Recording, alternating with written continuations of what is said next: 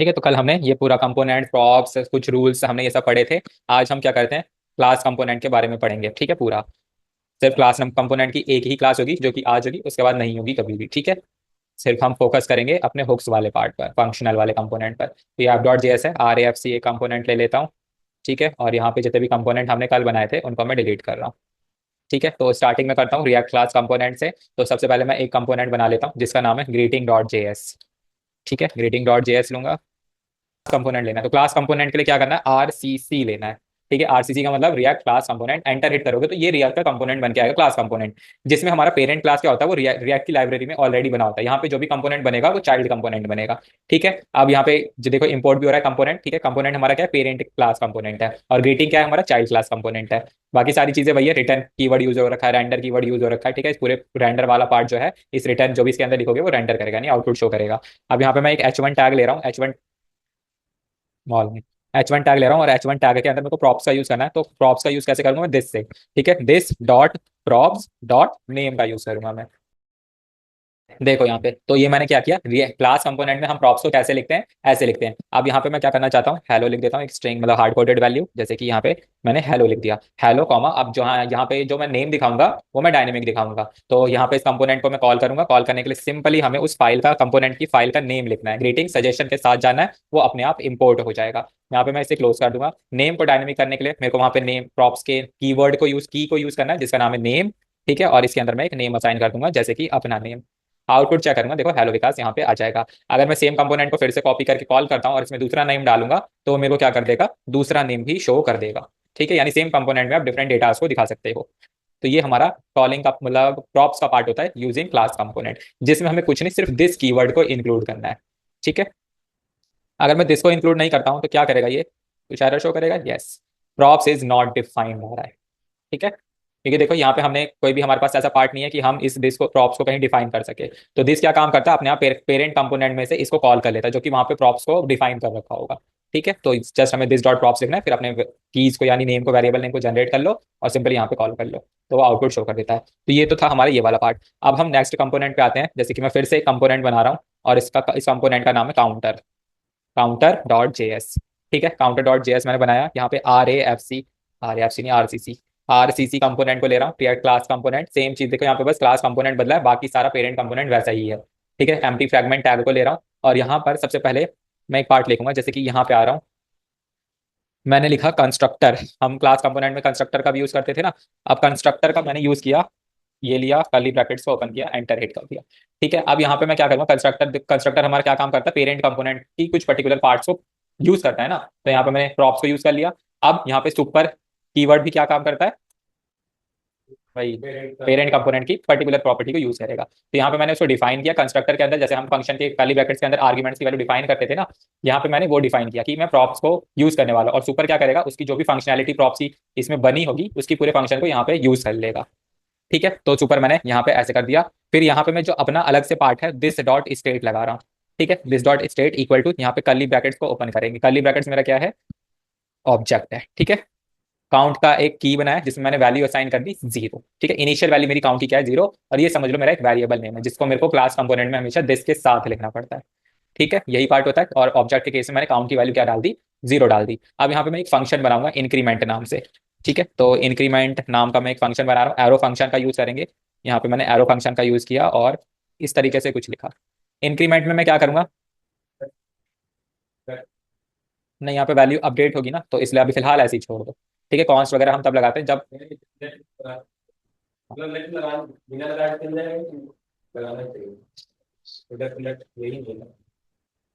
Const आएगा शायद से, नहीं यार अभी यहाँ पे नहीं चाहिए। नहीं, किसी किसी फंक्शन में चाहिए होता है, किसी किसी फंक्शन में चाहिए, वो पता लग जाएगा। जैसे यहाँ पे क्लास कंपोनेंट के साथ हमें कुछ भी नहीं करना होता, डायरेक्टली हम लिखते हैं। ठीक है, यहाँ पे लेट वेट कॉन्स्ट हम नहीं करते। यहाँ पे दिस लिखा मैंने, दिस डॉट सेट स्टेट। जब फंक्शन का यूज करोगे तो लेट और कॉन्स्ट का यूज आपको करना है। ठीक है, दिस डॉट सेट स्टेट लिखेंगे, सेट स्टेट के अंदर। अब जैसे देखो यहाँ पे मैं जब हुक से पढ़ाऊंगा ना, हाँ मैं बता रहा हूँ, जब मैं हुक से पढ़ाऊंगा ना वहाँ पे, तो वहाँ पे क्या होगा, जब हुक्स हम डिफाइन करेंगे ना तो अपनी पहली स्टेट डिफाइन करेंगे। वो किसी भी वेरिएबल नेम की हो सकती है, जैसे यहाँ पे स्टेट ही है। आप क्या कर सकते हो, जैसे कि आपको इनपुट वैल्यू चाहिए तो इनपुट वैल्यू नाम का एक स्टेट क्रिएट कर सकते हो। फिर उसकी वैल्यूज को अपडेट करने के लिए आप क्या कर सकते हो, उसका सेटर फंक्शन बनाओगे। और सेटर फंक्शन कैसे बनेगा, जैसे कि इनपुट वैल्यू नाम दिया स्टेट का, तो सेटर फंक्शन उसका कैसे बनेगा, सेट इनपुट वैल्यू।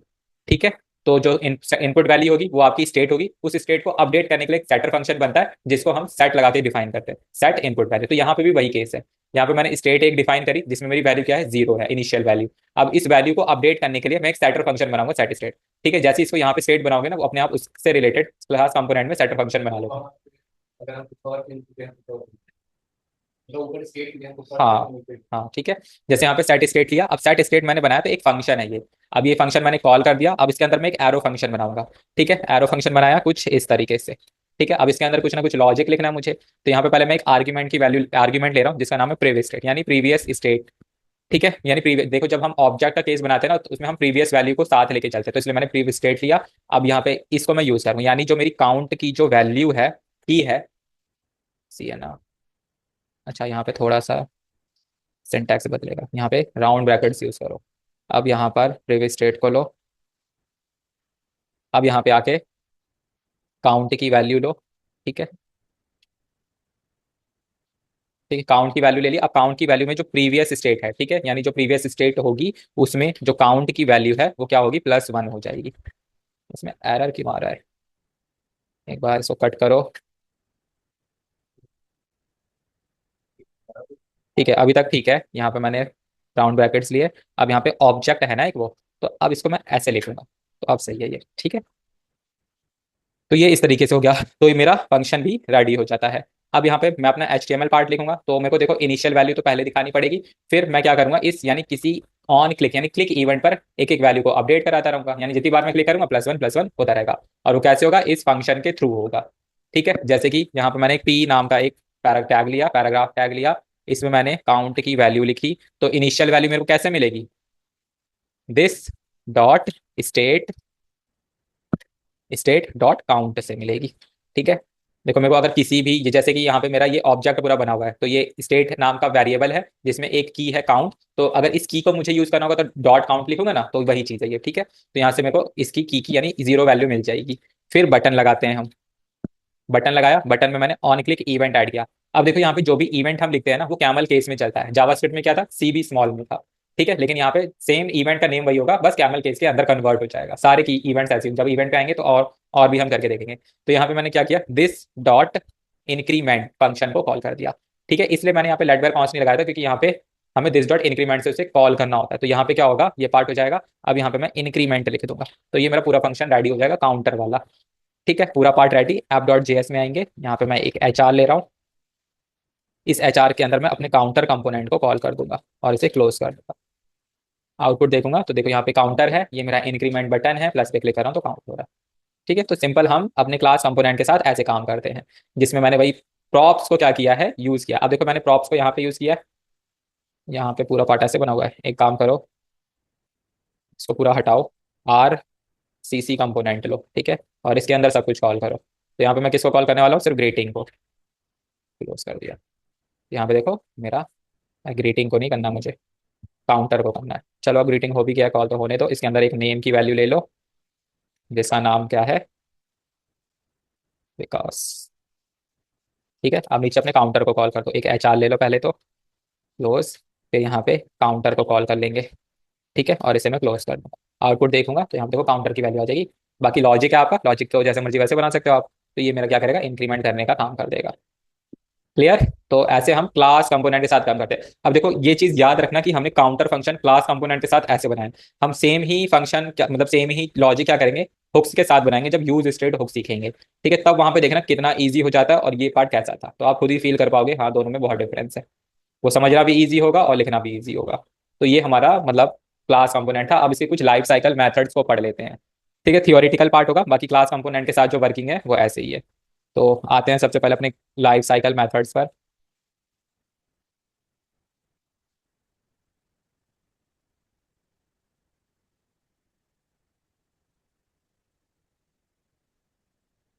ठीक है, बाकी यहाँ पे थ्योरी लिखी हुई है कि कंस्ट्रक्टर क्या काम करता है, ठीक है, सुपर क्या काम करता है, तो ये आप खुद पढ़ लेना, मैंने जो जावास्क्रिप्ट में बताया था वही है। Constructor function in your component, this function will called when the component gets initiated, तो किसी भी एट्रीब्यूट को हमें इनिशिएट कराने के लिए कंस्ट्रक्टर फंक्शन का यूज करते हैं। प्रॉप्स क्या काम करता है, अपने पेरेंट में से चीजों को इनहेरिट करता है। ठीक है, तो ये वही पार्ट है। ठीक है, नीचे आते हैं लाइफ साइकिल मेथड्स को सीखते हैं। लाइफ साइकिल मेथड हमारे पास देखो थ्री टाइप्स ऑफ फंक्शंस होते हैं अपने इसके अंदर, लाइफ साइकिल मेथड्स के अंदर। जब हुक्स नहीं थे तो हम इन्हीं फंक्शंस के अंदर लॉजिक्स क्रिएट करते थे, जो कि स्टेट को अपडेट करता था, डिलीट करता था और रेंडर करता था। ठीक है, तो लाइफ साइकिल मेथड का एक्चुअल में मीनिंग क्या है? किसी कंपोनेंट ने क्या किया, जन्म लिया, फिर उसने अपनी लाइफ जी यानी अपडेट किया, फिर अनमाउंट हो गया यानी उसका काम खत्म, उसने मतलब मर गया, वो खत्म काम उसका। तो यही हमारा लाइफ साइकिल मेथड होता है। तो डिड माउंट क्या काम करेगा? अगर कोई भी कंपोनेंट तुरंत रेंडर होता है, जैसे एक H1 टैग है, वो क्या काम करेगा? उसकी वर्किंग क्या है? सिर्फ डिस्प्ले तो ही होगा, उसके बाद तो कुछ होगा नहीं। तो तीनों चीजें उसमें हो जाती है। तो जस्ट यहाँ पे क्या होता है, अपडेट वर्क नहीं चलेगा। क्या चलेगा? सिर्फ डिस्प्ले हुआ यानी इनिशिएट हुआ और उसकी वर्किंग जैसे डिस्प्ले हुआ तुरंत खत्म हो जाएगा और अनमाउंट भी हो जाएगा। ठीक है, इस केस में अपडेट वर्क नहीं करता। फिर कुछ भी अपडेट, जैसे ही हमने काउंटर फंक्शन बनाया था तो इसमें अपडेशन पार्ट होगा। जो मेरी इनिशियल वैल्यू है वो माउंट होगी। ठीक है, फिर कुछ भी अपडेट होगा, जैसे 0 से 1 में कन्वर्ट हुई तो वो अपडेट में चला जाएगा, और फिर जैसे 1 डिस्प्ले होता है तो वो तुरंत अनमाउंट हो जाती है। फिर उसके ऊपर कुछ फंक्शनैलिटी और डिस्प्ले होगी तो वो फिर से प्रोसेस रिपीट होता रहता है। तो ऐसे हमारी लाइफ साइकिल चलती रहती है। ठीक है, तो पहले हम ऐसे करते थे। तो यहाँ पे कुछ एग्जाम्पल्स हैं तो उनको हम देख लेते हैं। बहुत हाई फाई एग्जाम्पल नहीं है, जस्ट सिंपल हम देखेंगे कि जैसे यहाँ पे कंपोनेंट डेड अमाउंट है, ये आउटपुट शो, मतलब कुछ भी कंपोनेंट अगर रेंडर होता है तो ये चल रहा है या नहीं चल रहा, ऐसे ही हम अपडेट के साथ देख लेंगे। और ये तो इसी के साथ मैं दिखा दूंगा आपको। तो एक बार पढ़ लो इसको, जैसे कि class components have access to life cycle methods allowing you to perform certain actions at specific points in a component life cycle. ठीक है, here are few common life. जैसे पहला फंक्शन क्या है, component did mount, called after the component is mounted. ठीक है, इसका मतलब है इंसर्टेड इनटू द डोम। जैसे ही वो इंसर्ट हो जाता है डोम में तो क्या होता है, ये वाला फंक्शन हम यूज करते हैं। फिर component did update, called after the component updates due to changes in state और प्रॉप्स। अगर आपके कुछ भी स्टेट या प्रॉप्स में चेंजेस होते हैं तब हमारा कौन सा फंक्शन कॉल्ड होता है? Component did update. Component will unmount कब काम करता है? Called just before the component is unmounted. जैसे किसी भी कंपोनेंट की वर्किंग खत्म होने वाली है, ठीक है, तो उससे जस्ट पहले वो क्या होगा, कॉल होगा और वो रिमूव हो जाएगा कंपोनेंट से। आपको वो डिस्प्ले तो होगा लेकिन उसकी फंक्शनैलिटी पूरी खत्म हो जाएगी। तो ये ऐसे काम करता है। चलो इसके एग्जांपल्स यूज करते हैं। तो मतलब मेथड तो समझ गए ना, मेन चीज क्या है, बस वही समझना था। और इंटरव्यू में बहुत पूछता है कि कंपोनेंट लाइफ साइकिल को डिफाइन करो। चलो फिर एक इस पे आते हैं, लॉगर पार्ट चलाते हैं। मतलब लॉगर डॉट जेएस का एक कंपोनेंट बनाऊंगा मैं।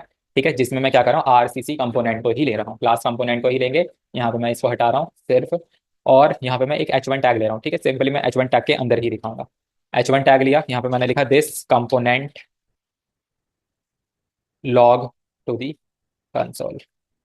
ठीक है, अब जैसे कि ये मैंने एक क्या किया, एक स्टेट बना दी, मतलब एक हेडिंग क्रिएट करी है। अब मेरे को पता करना है कि कंपोनेंट डिड माउंट वर्क करेगा, कंपोनेंट विल अनमाउंट वर्क करेगा या नहीं। तो उसको मैं यहाँ पे यूज करूंगा, जैसे कि कंपोनेंट डिड माउंट, ये वाला फंक्शन है, इसको मैंने यहाँ पे डायरेक्टली कॉल किया। अब मैं चाहता, मेरे को पता कैसे लगेगा कि ये वर्क कर रहा है या नहीं कर रहा, तो जस्ट मैं एक मैसेज कंसोल में यूज कर लेता हूँ। ठीक है, तो यहाँ पे मैं लिख देता हूँ कंपोनेंट हैज बीन माउंटेड। तो माउंटेड का मतलब क्या है? इंसर्ट हो गया है। ठीक है, फिर कंपोनेंट विल अनमाउंट। अब अनमाउंट होने से पहले ये कॉल हो जाता है। ठीक है, तो यहाँ पे मैं सेम मैसेज पास कर देता हूँ, कॉपी, और यहाँ पे आके पेस्ट। यहाँ पे मैं लिख दूँ component is about to be unmounted. ठीक है, यानी अनमाउंटेड होने वाला है। आउटपुट चेक करते हैं, सबका आउटपुट मेरे को कंसोल में दिखेगा। यहाँ पे आते हैं, तो अभी तो कॉल ही नहीं किया इसको, एप डॉट जेएस में आएंगे पहले तो। यहाँ पे मैं फिर से एक HR ले रहा हूँ और यहाँ पे मैं इसे क्लोज कर रहा हूँ। और यहाँ पे इसका नाम क्या है, लॉगर, उसके साथ जाएंगे, क्लोज कर दूंगा मैं इसको। आउटपुट चेक करूंगा फिर से, तो देखो यहाँ पे this component logs to the console, ये हेडिंग तो विजिबल हो गई। F12 प्रेस करते हैं तो यहाँ पे देखो मेरे पास क्या आउटपुट आ रहा है, एक बार रिफ्रेश करेंगे, कुछ इस तरीके से आ रहा है, कंपोनेंट हैज बीन माउंटेड, फिर component is about to be mounted, यानी ये डिस्प्ले हो गया। ठीक है, तो मेरा वो कंपोनेंटेड माउंट वाला फंक्शन चल गया। फिर उससे जस्ट पहले ही क्या हो जाएगा, मेरा कंपोनेंट विल अनमाउंट भी हो जाएगा। और जैसे ही अनमाउंट होगा तो फिर से डिस्प्ले ही हो रहा है, तो ये भी वाला पार्ट डिस्प्ले हो जाता है। तो ऐसे वर्क। अब जैसे मैं यहाँ पे कुछ चेंज करके दिखाता हूँ, जैसे मैंने ये टू द कंसोल हटा दिया, अब आउटपुट देखूंगा तो देखो वो फिर से मेरा पार्ट चल जाएगा। चल गया ना, देखो अनमाउंट हुआ था, फिर वो क्या हो गया, इज अबाउट टू बी अनमाउंटेड, फिर से वो माउंट हो जाएगा। ठीक है, कुछ भी चेंज करोगे, फिर से दिखाता हूँ, चेंज करके आउटपुट फिर से ला रहा हूँ तो फिर से वो रन करेगा। ठीक है, तो ये स्टेट चेंज को ऐसे दिखाता है। अब ये पार्ट हो गया, अब अपने नेक्स्ट पार्ट पे आते हैं जो कि हमारा है कंपोनेंट डेट अपडेट। तो फिर से एक फंक्शन बना रहा हूँ, कंपोनेंट पे आएंगे, इस पे क्लिक किया, इसमें मैं काउंटर बना रहा हूँ, काउंटर बनाया था हाँ, चलो काउंटर 2 बना लेते हैं, काउंटर 2.js। तो जो हमने लास्ट में बनाया है वही हम यहाँ पे भी यूज करेंगे। तो यहाँ पे फिर से आरसीसी कंपोनेंट को ही ले रहा हूँ, और यहाँ पे मैं एक एम्प्टी फ्रैगमेंट टैग ले लूंगा और अपनी सारी चीजें यूज कर लेते हैं। तो सबसे पहला पार्ट हमने क्या किया था काउंटर में,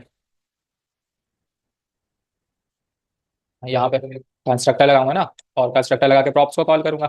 ठीक है, फिर यहाँ पे कर्ली ब्रैकेट्स को ओपन करके उसकी प्रॉपर्टीज को मुझे यूज करनी है, तो सुपर, और सुपर में क्या यूज करना है, इनहेरिट करना है मुझे, प्रॉप्स को इनहेरिट करना है। ठीक है, फिर यहाँ पे एक इनिशियल स्टेट डिफाइन करूंगा जिससे दिस डॉट स्टेट से यूज करके, और इसके अंदर मैं क्या करूंगा, एक ऑब्जेक्ट बनाकर काउंट की वैल्यू को इनिशियलाइज कर दूंगा। ठीक है, जिसमें मैंने क्या किया, 0 को इनिशियलाइज कर दिया। फिर यहाँ पे मैं अपना इंक्रीमेंट फंक्शन बनाऊंगा। ठीक है, यहाँ पे क्लास कंपोनेंट के केस में हमें लेट और कॉन्स्ट यूज नहीं करना होता। यहाँ पे एक एरो फंक्शन बना दिया। अब एरो फंक्शन में मैं कर्ली ब्रैकेट्स यहाँ पे ले रहा हूँ, और इसके अंदर सबसे पहले जो मेरा दिस डॉट सेट स्टेट है, ठीक है, यहाँ पे इसको मैंने कॉल किया क्योंकि इसी चीज को क्या करेगा, अपडेट। यहाँ पे जो इनिशियल है उसका सेटर फंक्शन हमें यूज करना होता है, तो यहाँ पे this dot set state use करूंगा। फिर इसके अंदर भी एक एरो फंक्शन बनेगा जिसमें मैं प्रिव स्टेट की एक वैल्यू ले रहा हूँ। फिर एरो फंक्शन लेंगे, यहाँ पे मैं इस पार्ट को यूज करूंगा कुछ इस तरीके से। अब यहाँ पे जो काउंट की जो वैल्यू है उसमें मेरी जो प्रीवियस स्टेट, ठीक है, देखो ये लॉजिक याद रखना, जब भी आपका ऑब्जेक्ट बनेगा ना तो हमेशा आप ऐसे ही लॉजिक को लिखोगे। ठीक है, तो this previous state dot count plus 1 कर दूंगा मैं। तो ये मेरा पार्ट कुछ ऐसे चल जाएगा। अब नीचे की तरफ आते हैं, यहाँ पे मैं कंपोनेंट डिड अपडेट इस फंक्शन को कॉल करूंगा, और यहाँ पे मैं दो एट्रीब्यूट्स ले रहा हूँ, एक तो प्रिव प्रॉप्स, ये क्या वर्क करेंगे मैं आपको दिखाऊंगा, और एक ले रहा हूँ सेकंड प्रिव स्टेट। ठीक है, फिर यहाँ पे मैं इसका फंक्शन रेडी करता हूँ। इसमें कुछ नहीं होगा कि मैं बस एक इफ कंडीशन लगा रहा हूँ कि अगर मेरा prev state dot count not, ठीक है, इक्वल टू मेरा this dot state dot count होगा। ठीक है, अगर दोनों इक्वल नहीं होंगे तब मैं क्या कर दूंगा, कंसोल कर दूंगा, कंसोल डॉट लॉग, इसको बैकटेक्स्ट के अंदर लिखो कि काउंटर चेंज्ड फ्रॉम डॉलर। देखो वेरिएबल सब्स्टिट्यूशन का ऐसे यूज करेंगे जैसे हमने जावास्क्रिप्ट में किया था। ठीक है, यानी जो मेरी प्रीवियस स्टेट होगी, ठीक है, उसकी काउंट की वैल्यू किसमें चेंज होगी, टू, फिर से डॉलर, और यहाँ पे this dot state dot count, जो मेरी अपडेटेड वैल्यू होगी वो यहाँ पे दिखेगी। यानी ये प्रीवियस वैल्यू दिखाएगा, ये आपकी जो चेंज होकर अब अपडेटेड वैल्यू आएगी वो दिखाएगा। अब यहाँ पे अपने रिटर्न स्टेटमेंट में आ जाते हैं और अपना HTML पार्ट पूरा करते हैं। यहाँ पे एक पैराग्राफ ले रहा हूँ जिसमें मैं करंट काउंट लिख रहा हूँ। तो करंट काउंट आपको यहाँ पे दिखाई देगा। करंट काउंट किसके थ्रू दिखाई देगा, this dot state dot count के थ्रू दिखाई देगा। फिर एक बटन लगाऊंगा मैं इसके ऊपर, और यहाँ पे मैं ऑन क्लिक इवेंट को ऐड कर रहा हूँ, ऑन क्लिक। ठीक है, ऑन क्लिक इवेंट के अंदर मैं दिस डॉट इंक्रीमेंट को कॉल कर रहा हूँ। ये पार्ट हो गया। फिर यहाँ पे भाई सेम इंक्रीमेंट ही लिख लो। तो ये मेरा पूरा लॉजिक बन गया। अब फिर से app.js में आओ और काउंटर टू को कॉल कर लो।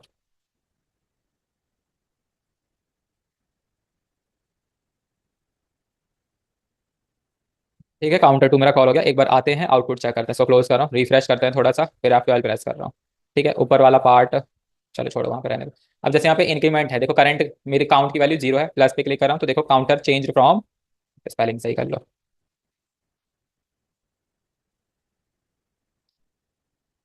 ठीक है, तो यहाँ पे देखो जैसी स्टेट चेंज हो रही है हमारा कंपोनेंट डिड अपडेट वर्क करने लग जा रहा है। ठीक है, अभी कंसोल की जगह आप कुछ भी लॉजिक परफॉर्म करा सकते हो। तो यहाँ पे देखो 0 से 1 आ रहा है। अब यहाँ पे देखो मैंने क्या किया, प्रीवियस स्टेट लिया, प्रीवियस स्टेट डॉट काउंट। अगर यहाँ पे मैं, हाँ, प्रीवियस स्टेट की जो वैल्यू है वो यहाँ पे दिखाएगा, और जो आपकी करंट स्टेट की वैल्यू आएगी वो इसके अंदर आ जाएगी। अब यहाँ पे ये आ गया 0 से 1, फिर से क्लिक करता हूँ तो देखो ये क्या हो रहा है, अपडेट ही नहीं हो रहा है। तो यहाँ पे देखो, एक बार रिफ्रेश कर दो, यहाँ पे 0 से 1 आ गया, फिर करूंगा तो 1 से 2। ठीक है, फिर कर रहा हूँ तो देखो 2 से 3। जैसी जैसी स्टेट चेंज हो रही है आपका कंपोनेंट डेट अपडेट रेंडर हो रहा है।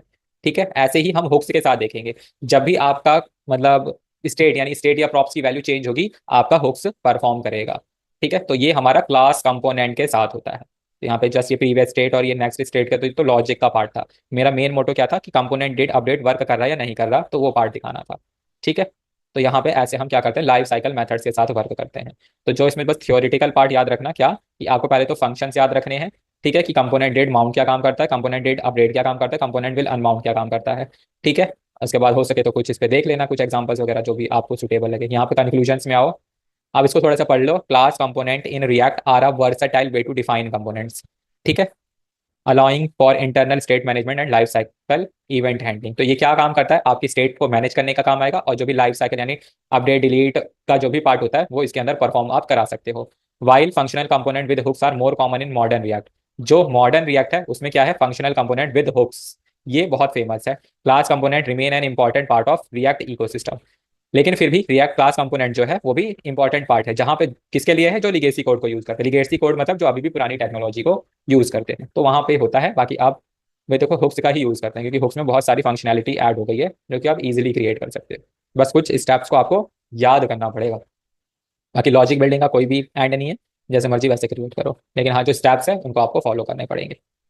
चलो, तो ये हमारा था क्लास कंपोनेंट, खत्म।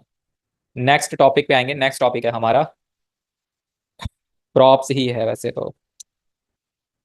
प्रॉप्स तो बहुत बता दिया, प्रॉप्स तो समझ गए ही होगे।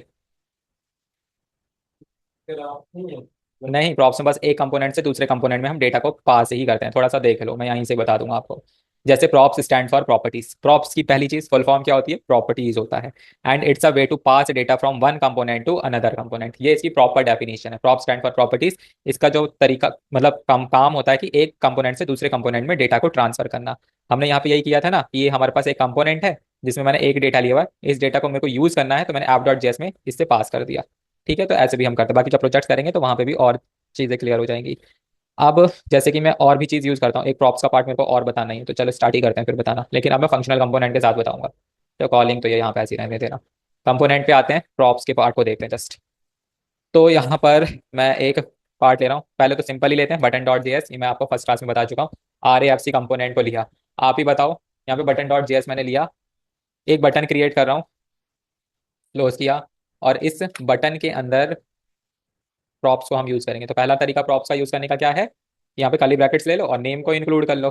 ठीक है, या सेकंड तरीका क्या है, या फिर हाँ प्रॉप्स ले लो, आपको यही सही लगता है तो हम यही लेंगे। ठीक है, प्रॉप्स ले लिया। अब इसके अंदर मुझे क्या करना है, कंटेंट को डायनेमिक करना है, तो यहाँ पे मैं क्या लिखूंगा, प्रॉप्स डॉट नेम, ऐसे लिख दूंगा।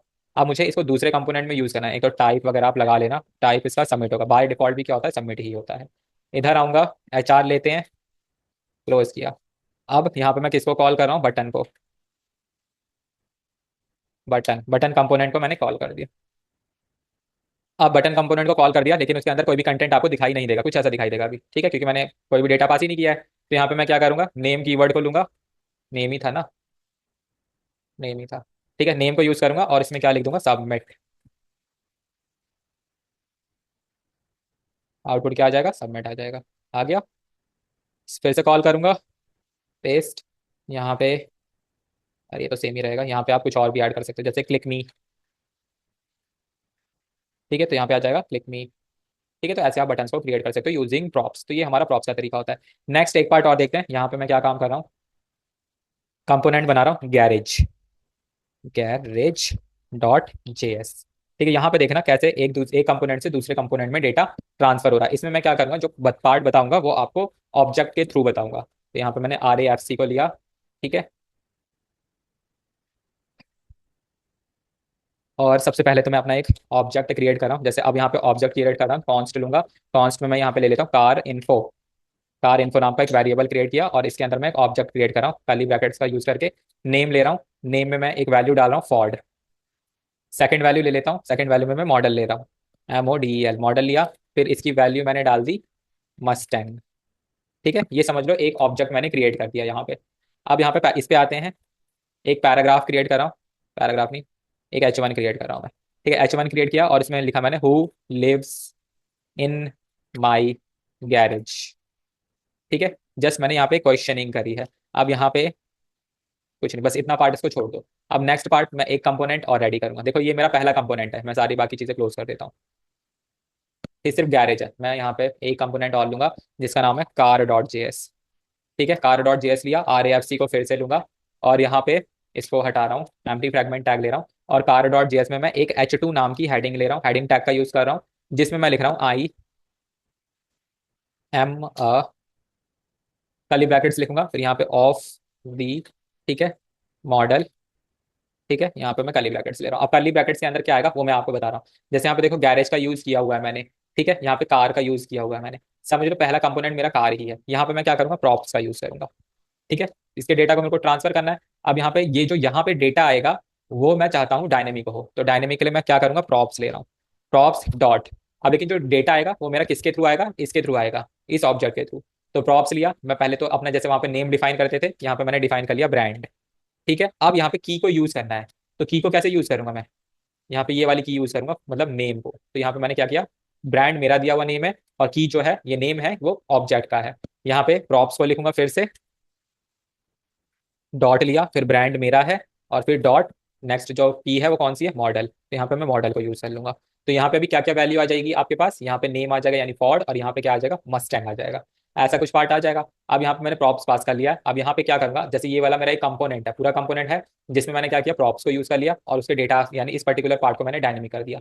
अब मेरे को इसका जो कंपोनेंट है वो आंसर यहाँ पे चाहिए, ठीक है, जैसे इस हेडिंग के नीचे ही चाहिए ना आंसर, इसके नीचे है, तो उस कार वाले कंपोनेंट को मैं यहाँ पे कॉल करूंगा, ना कि app.js में।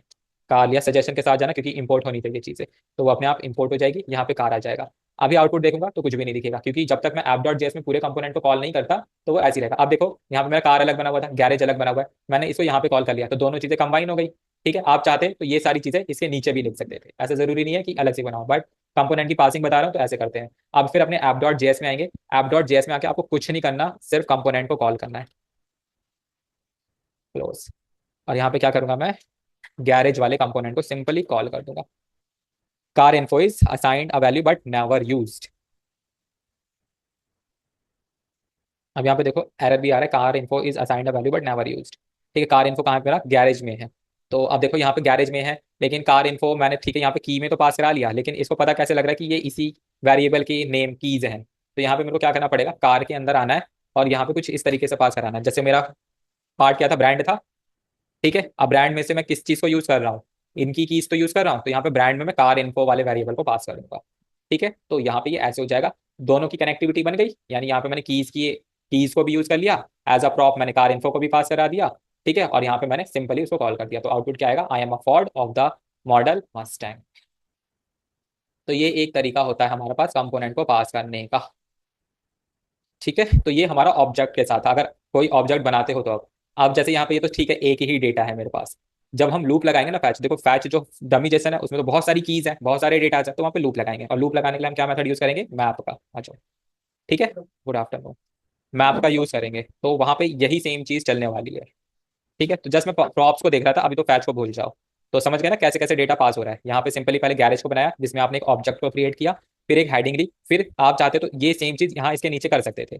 ठीक है, बट आपको कंपोनेंट की पासिंग करनी है ताकि थोड़ी बहुत फैमिलियरिटी बनी। ठीक है, H2 लिया, उसकी कीज को यूज किया, ठीक है, अपना एक प्रॉप बनाया ब्रांड नाम से। ठीक है, यहाँ पे आप सिर्फ ब्रांड भी लिख सकते हो, फिर उसके इसमें क्या करना पड़ेगा, ये प्रॉप्स नहीं लिखना पड़ेगा। फिर क्या किया, यहाँ पे ब्रांड के अंदर किसको पास करा दिया, कार इन्फो के अंदर, कीज वो यूज ही कर रहा है इस केस के अंदर, फिर सिंपली यहाँ पे आके कॉल कर लिया उसको। तो ऐसे हमारा प्रॉप्स वर्क कर जाता है। क्लियर।